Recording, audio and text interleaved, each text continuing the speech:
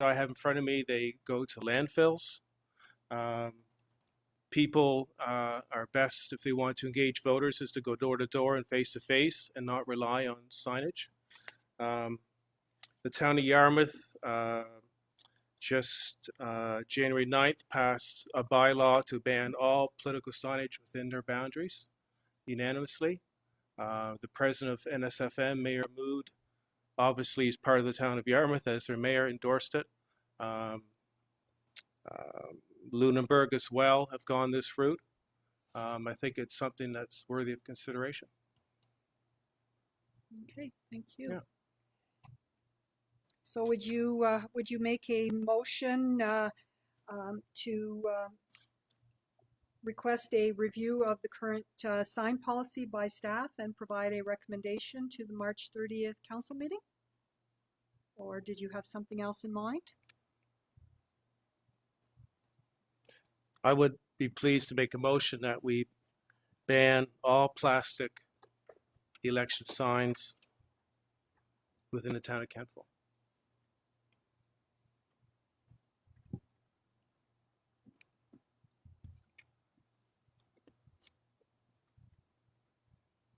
If I had a seconder. Second.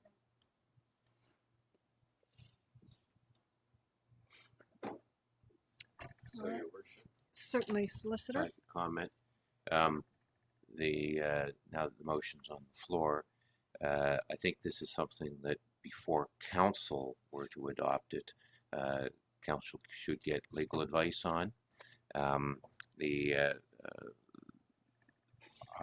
my knowledge, no municipality in the province of Nova Scotia has banned all election signs. This is limited to plastic, and I think the intention of the motion is that it's beyond just the municipal election. It's all election signs. I think that's what was spoken Yes. to. And so that impacts not just elections being held in this town, but elections for that impact people who are running in areas that simply include the town. And I think there's some real question whether you have jurisdiction over this. So although you may recommend it to council, I think I would just caution you that I anticipate that staff will probably ask for a legal opinion on it before it goes there, and we may simply say we need more time. So, if I may. Please. Yep. So just to quote the Chronicle Herald,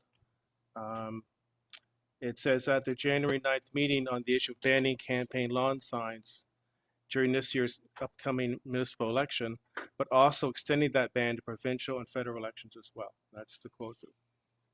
I think I read an article by Saltwater, which is the same folks, that said that this was simply a discussion at the Yarmouth Council meeting, and that Yarmouth Council has not actually adopted anything. So I think we should just be careful, number one, to be sure what their facts are regarding what others have done, but more importantly, it doesn't matter what others have done, because if it's illegal, it's illegal. There's charter of rights issues here with the first respect to access to getting message across. That's the first issue. The other one is jurisdictional. If you're trying to impose rules on elections that aren't within your jurisdiction, let alone the province of Nova Scotia's jurisdiction.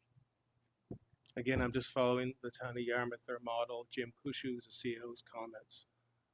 There is a precedent for it, so, but I'm open to that debate. Councillor Savage. Thank you, Worship. So I appreciate where Councillor Bolland and Councillor Pulsfer are coming from. Obviously, Solicitor Mattard has shed some different light on it, and I think probably it's something that needs to be explored from a legal point of view, jurisdictional and Charter of Rights, etc. So, thank you. Yeah, just one other thing I did want to say. You know, sometimes we can talk about too, maybe, you know, minimizing the amount of signage that's used, like, as you know, instead of it being unlimited signage, you know, per candidate, maybe it's a maximum of 15 signs per candidate in selected spots. But even then, you're probably bordering on areas that we can't make decisions in. And I'm looking to you, Solicitor. Okay, That's something that would have to be Yeah. investigated. Yeah. okay, I don't know. thank you. Councillor Andrew. Yeah, it does seem like perhaps the issue is not as cut and dry as what we thought. I would echo though the motion. I think it's from the environmental perspective. From the perspective, it's just kind of a nuisance when you see areas of town that are crowded out with signs. I don't know really who it ultimately speaks to, because those who are engaged probably are not basing that decision on an election sign. They're basing it on people they know and discussions they've had. The other thing is, it's a thing that further alienates people based on what you can afford. I know from my own, having purchased a bunch of election signs, I don't remember how many I got, but it was like $600, you know, and I'm thankful that I have the ability to do that. But if you know, there are people for whom that would be the end of the story for them in terms of throwing their name in the hat if that were required. So I think there's that as well, and I think those are some of the reasons that were cited in Yarmouth. I think it was pretty far-reaching, so I would certainly support it going to staff for to find out what we can and can't do. Okay, thank you. I would echo what both of my council colleagues have said.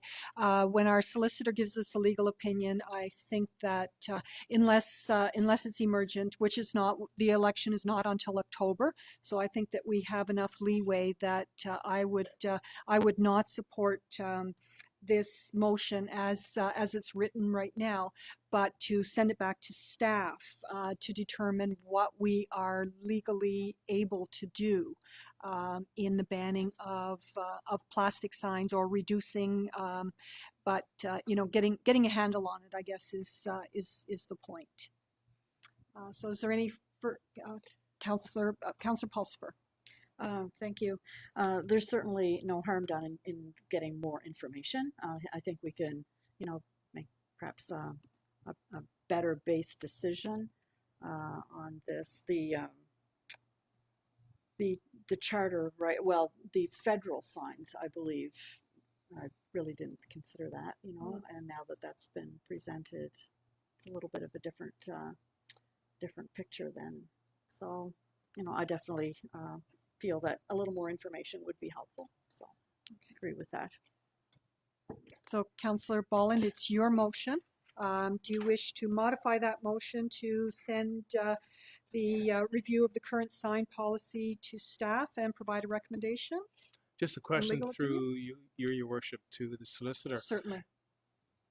The initial ask on Wednesday was for municipal signage, but I've talked to a lot of people since. If it was just a motion regarding municipal signage, would you still have the same concerns? Yes. Yes. Okay. Can I just get a point of clarification, Your Certainly, Worship? CAO. When you say signage now, are we being very specific as to plastic being the product that's used in the sign, or all signage? Plastic signage, which represents 90%. So, I mean, okay. typically Okay, approved signage that's not made of wood or, yeah. thank you. Yeah. Yeah. Again, I'm looking at 2 other municipalities that already have this bylaw in effect. So No, they do not have bylaws. Lunenburg has removed whatever they had on their website, and Yarmouth does not have a bylaw yet on this. It's just discussion. you have better information than I do then. I checked today to back this up. Well, so I'll look forward to a response at our next CAC on this to see if there's any We should be able progress. So we need a motion. Your motion fails based, or do you want to go ahead and have a vote on your motion? So your motion is to ban all plastic election signs in the town of Kentville. Do you wish to continue with that motion? I would. Okay. Councillor Andrew. Just with regard, and I know we're in Nova Scotia, but in PEI there was a real confusion over this, and so I think it's wise to heed the counsel of our council in this regard, because there was some confusion, and some people thought they couldn't, some people thought they could, and it became quite a scrap in PEI over this issue. So I think we're in the right. I think we're heading the right direction in terms of thinking progressively, and thinking in terms of environment and equity, both. But I'd like to see it. I'd like to see some more information on it for sure. Okay. Yeah, and if that's what this motion does, yeah. But are you? So you want the motion to state ban all plastic election signs in the town of Kentville, or do you wish to send it to staff for? Okay. So we are CAC request a review of the current sign policy by staff and legal and provide a recommendation to council. So With you're respect to plastic sign. with respect to plastic signage. Have you got that? Okay. So CAC request a review of current sign policy, election sign policy, sorry, by staff and legal, and provide a recommendation back to council. And that's plastic sign, if I didn't say it. I've got it written, but I can't remember if I said it out loud or not. If I could just confirm, are we going to, for the purposes of ease of application at this point, are we limiting this investigation to the municipal election? Councillor Ballin, Or your motion. The town, as I recall, currently may have some rules around election signing. The only thing we have is in our LUB. Yeah. In the land use bylaw. And I, off the top of my head, can't recall whether that's limited to municipal election signing. It doesn't pertain to election signage, I'm pretty sure. I read that. It says that signs which do not permit a development of permit are, oh my God, signs associated with a federal, provincial, or municipal election. Such signs shall not remain in place for more than 14 days following the election for which the sign was erected. So that's what our LUB says. Let's read that motion. Please. The CAC requests a review of current plastic election sign policy by staff and legal and provide a recommendation back to council. Are you amiable to that? Councillor Pulser, you were the seconder? And you want it for all elections, not just municipal elections? Yeah. For all elections. A fallback position maybe. For all, you're talking federal, municipal? Okay. So my fallback position would be, well, we show some leadership here on the municipal signage and the federal because of jurisdiction.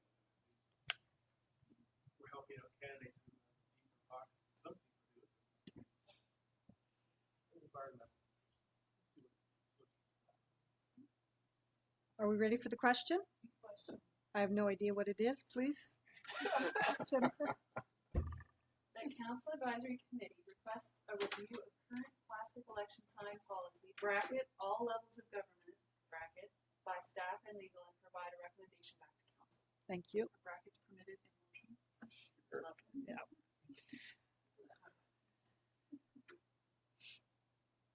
Right? Yep. Right.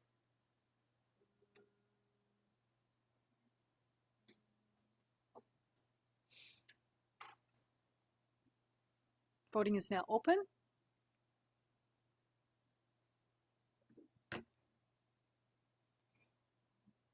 Voting is now closed, and the motion is carried. Thank you. All right, our next piece of business is with regards to council remuneration.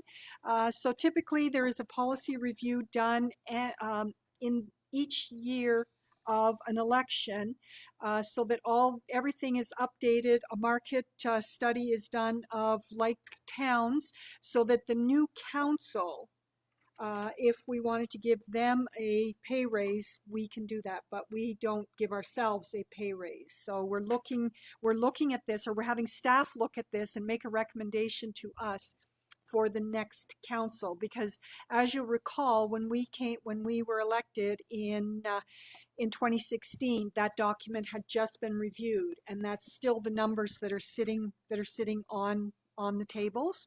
So this would be a review of council remuneration. So we have a recommendation that council task. Your worship, just certainly. before you move forward, there is Certainly. a mistake on that. Under discussion, that should be council remuneration effective, and that should say November 1st of 2020. I got ahead of myself, sorry. Well, that's okay. You don't want to know what the thought process was on that one, but it should say November the 1st. So if we could have a motion to direct the CAO to conduct a market analysis of current council remunerations in accordance with the policy statement G5, council remuneration and benefits, para 4.3.1, and recommend council remuneration for approval at a future council meeting. Thank you. Thank you. It's been moved and seconded that council advisory direct the CAO to conduct a market analysis of current council remunerations in accordance with policy statement G5, council remuneration and benefits, para 4.3.1, and recommend council remuneration for approval at a future council meeting. Is there any discussion? Councillor Andrew. Not to nitpick, but we did actually revisit this because of changes with CRA. Yes. So we did make some corrections. Anyway, just details. Exactly. Yes, we did. We did, because we lost the 1/3 tax break. Right. But it hasn't been looked at in comparison to other councils, and whether or not we would recommend an increase or a decrease for the next council. Are you ready for the question? The question is on adoption of the motion to direct the CAO to conduct a market analysis of current council remunerations in accordance with policy statement G5, council remuneration and benefits, para 4.3.1, and recommend council remuneration for approval at a future council meeting.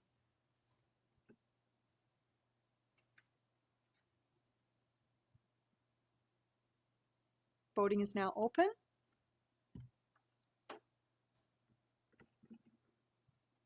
Voting is now closed, and the motion is carried. Thank you.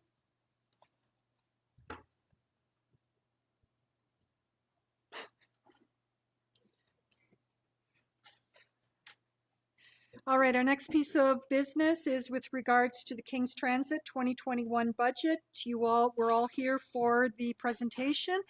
So if we could have a motion that CAC recommends approval to council on the 30th of March 2020 of the King's Transit Authority approved 2021 operational budget in the amount of $1,860,184, of which $194,341 is the town of Kentville, and the 2021 capital budget in the amount of $80,000, of which $16,000 is the town of Kentville share under the municipal agreement. The total commitment to the town of Kentville 2021 operational budget is $210,341. Thank you. Thank you. Thank you. It has been moved and seconded that council advisory recommends approval to council on the 30th of March 2020 of the King's Transit Authority approved 2021 operational budget in the amount of $1,860,184, of which $194,341 is the town of Kentville's portion, and 2021 capital budget in the amount of $80,000, of which $16,000 is the town of Kentville's share under the municipal agreement. The total commitment to the town of Kentville 2021 operational budget is $210,341. Discussion. Councillor Andrew. I've drank the Kool-Aid a little bit on this, and have become convinced that public transport is very important. One number, and I'm not sure if anyone has this idea. It'd be interesting to know what the amount is that we subsidize. When we talk about the core, we're talking about beyond Kentville proper, right? So I don't know if that's a number. It'd be an interesting number anyway. I try to do some configuration, and it looks like probably it costs about double what the fare is to actually for someone to use that, which is still, compared to the alternatives for people getting around, is still actually very, very reasonable. And I'm also encouraged at some of the broader discussions that King's Transit has been having around microtransit in some ways, some things that actually may bring that number down, that number in terms of per rider, how much we're subsidizing. Okay, Councillor Savage. Thank you, Worship. I'm assuming that by virtue of us approving our end of the budget, that if all the other partners aren't on side, or is it dependent on that, or can we make that decision individually, as individual councils? Does that make sense? The funding agreement is the same as the library one, would require everybody. Unanimous. Okay, great. Thank you. All right. Is there anything? Oh, Deputy Mayor, please. Thank you. Just wondering if there's an update on the status of the county's position on Kings Point to Point. Councillor Pulsford, do you have any further on that as a committee member? Yeah, we have entered into an agreement for a period of 1 year. One of the stipulations that was originally in the draft agreement was the co-location to New Minas. That has been removed from the agreement as it stands now. So we are, we're going to work with them for a year. The co-location has been removed, and that was, kind of one of the parts of this agreement that was a bit troublesome as far as how Kings Point to Point operates. So, right as it stands now, we're moving ahead. Okay. All right. Thank you. Thank you. Thank you for that. Are you ready for the question? The question is on adoption of the motion to recommend approval to Council on 30th of March 2020 of the King's Transit Authority approved 2021 operational budget in the amount of $1,860,184, of which $194,341 is the Town of Kentville, and the 2021 capital budget in the amount of $80,000, of which $16,000 is the Town of Kentville's share under the municipal agreement. The total commitment to the Town of Kentville 2021 operational budget is $210,341. Voting is now open.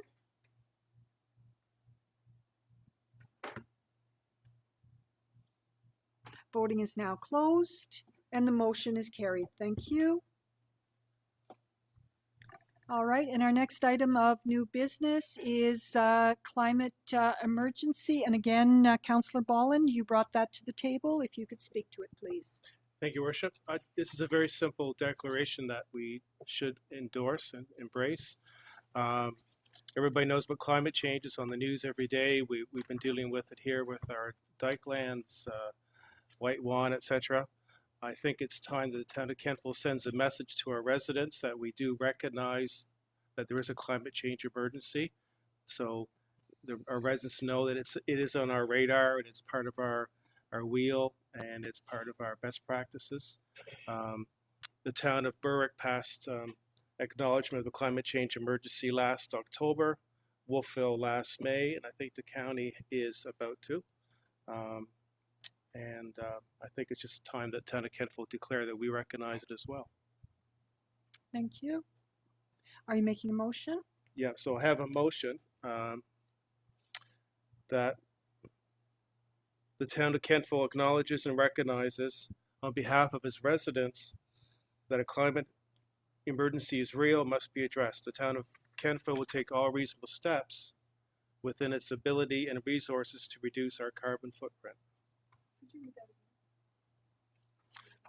or pass it to? The town of Kentville acknowledges and recognizes on behalf of its residents that a climate emergency is real and must be addressed. The town of Kentville will take all reasonable steps within its ability and resources to reduce our carbon footprint. That's the bottom there. Do we have a seconder? I so move. Thank you. Do we have a seconder? Thank you.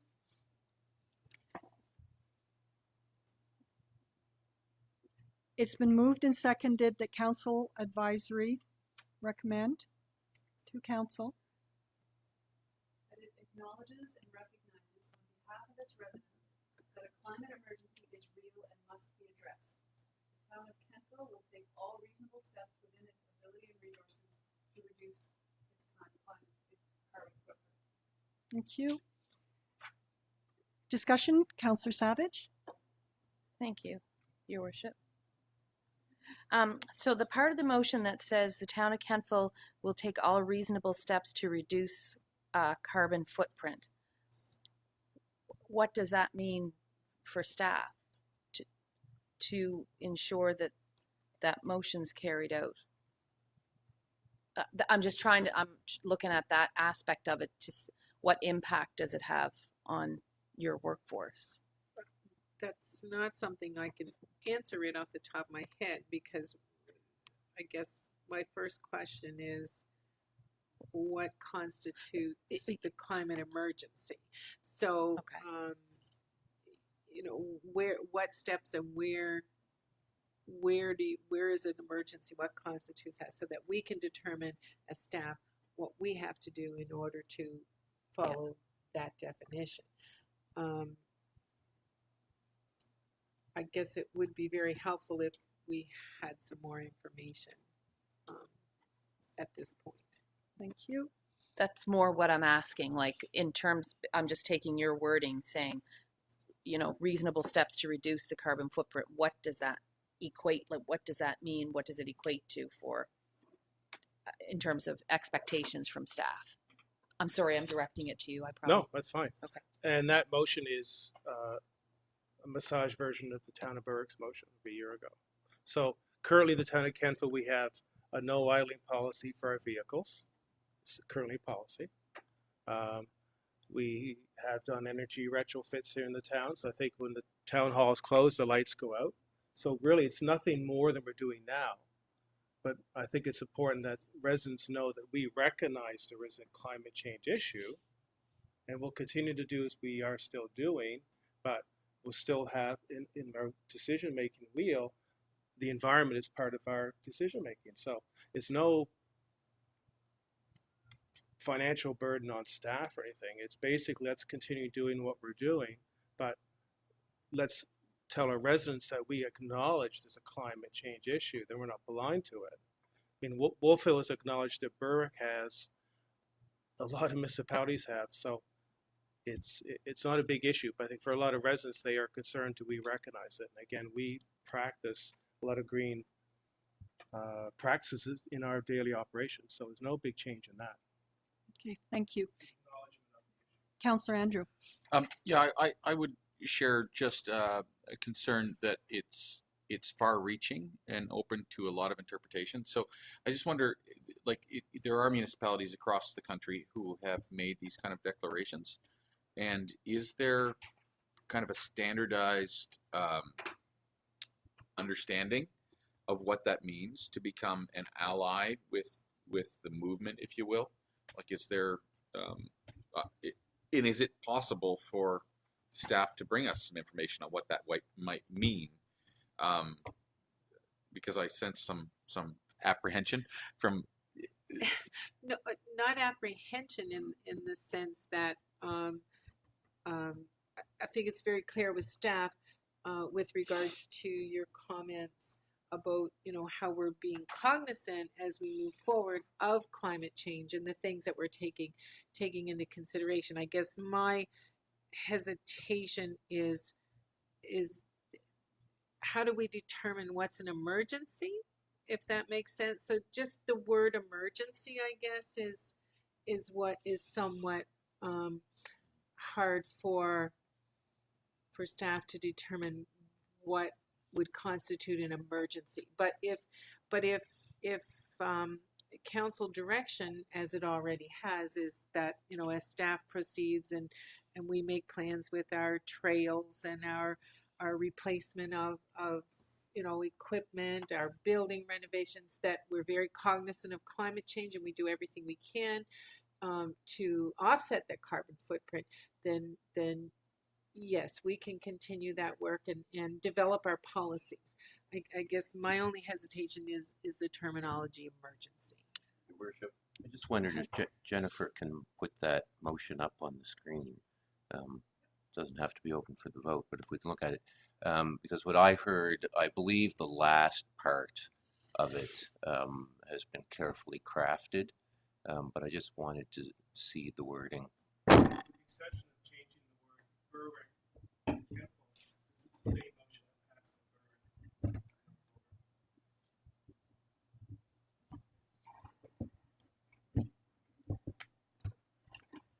So just recognize that while this is up, I can't take the minutes, so if you can discuss Sure. and then let me type. So it's, what I wanted to point out were the words, the reasonable steps within its ability and resources. Those are the words that I would suggest from a staff perspective are key, that this isn't requiring a commitment that you can't afford, but it's sending a message not only to the public, but also to your staff and yourselves that you will make decisions with this in mind. It almost becomes part of your decision wheel, I would suggest, when you're making decisions, that when you're making purchases, you're keeping this in mind, for example. But yet, the reasonable steps that you take are within your ability and resources. So if you can't afford to be green, you don't have to be green.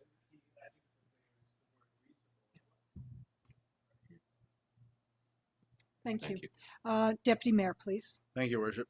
I fully support this, and my comment was just going to be, as long as this is a statement and doesn't somehow become somewhat of a liability for the town, I fully support it. Okay, thank you. Councillor Pulsifer.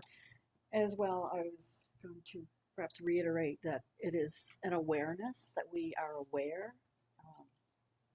I guess that was basically my comment. Okay, Yeah. thank you.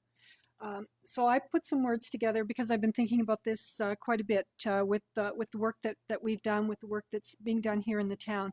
So to declare a climate emergency without thought and planning is much like closing the barn door after the horses have escaped. A declared emergency must be meaningful. It must address the issue of climate change adaptability in our community. It must engage the citizens and solicit their input and their buy-in to make the activities actionable and achievable. Additionally, there needs to be complementary action from both provincial and federal governments. Kentville has embedded climate adaptation into all facets of our operation, including decision-making by council in our wheel. We live and act on environmental sustainability. The town-owned buildings have been equipped with high-efficiency heat pumps, low-wattage lighting systems, time-of-day monitoring, and operation of HVAC system. We have upgraded our 52-year-old arena to meet environmental specifications with lighting, insulation, ice manufacturing, and heat pump installation to that of a new modern facility. The pool was upgraded last summer and the depth has been reduced to reduce water usage and increase the water temperature as it's heated passively through solar. The town of Kentville has hundreds of acres of green space in the town, all of it cared for in a sustainable and environmentally sensitive manner. The Miners Marsh is an